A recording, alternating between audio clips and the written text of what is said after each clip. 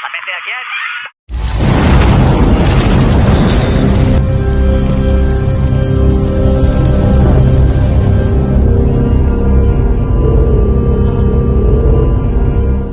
Good day mga ka-sports natin dyan. Third set, update nga tayo kung saan nga mas nag-iinit ngayon ang Petrogas Angels kontra sa Creamline, kung saan lamang nga sila ng 4 na puntos at ang kupunan nga ni Alyssa Valdez ay naghahabol.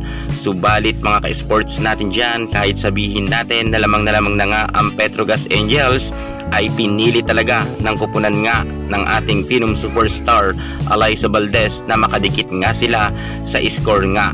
At dito na nga nangyari mga ka-sports, kung saan nga 2 na lang ang kalamangan ng Angels, at ito nga si Coach Koji ay talagang naninigurado kung kaya napa-time out nga ito para gisingin nga ang kanilang or ang kanyang mga players, sapagkat nga ang Creamline ay medyo nabubuhay-buhayan na naman, baka magtuloy-tuloy ito hanggang sa dulo, kung saan eto na nga mga ka-sports ang pinakamatinding laban talaga ng Petrogas, at si Sabete ay buhay na rin, Brock Van Sickle, Remy Palma at ang iba pa.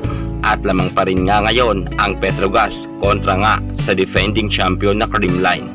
Naging mainit talaga ang laban at sobrang intense nga to, sapagkat nga lamang talaga ang Petrogas Angels, kung kaya nababahala talaga dito ang mga fans nga ng Creamline dahil nga sa matindi nga na opensa at depensa na ginagawa nga ng Petrogas Angels, kung saan nga talagang kahit sabihin natin dikit ang laban, pero delikado talaga na ang Petrogas nga ang manalo, sapagkat nga iba talaga si Brock Van Sickle dahil nga naging 24 at 22 nga ang score, kung saan nga ang Creamline nga ay delikado na sana, talo na sana dito ang Creamline, pero mga ka-sports natin dyan, hindi talaga nagpatinag si Tots Carlos at saka itong si Bernadette Fons, dahil maganda nga ang kanyang pagkakaserve ng bola, at napako na nga ang score ng Petrogas Angels sa 24.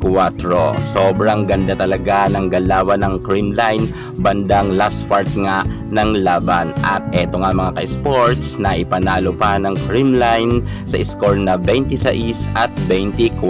Grabe mga ka-sports natin dyan, panalo na ang Petrogas, nasulot pa ng Creamline. So yan nga ang laban nila sa third set. Ngayon sa fourth set, titingnan natin kung sino ba ang magwawagi. Tatapusin na ba to ng Creamline Goal Smashers or papalag pa dito ang Petrogas Angels para nga magkaroon ng fifth set? Yan ang ating pakakaabangan. Congratulations sa ating Tots Carlos Alyssa Valdez team.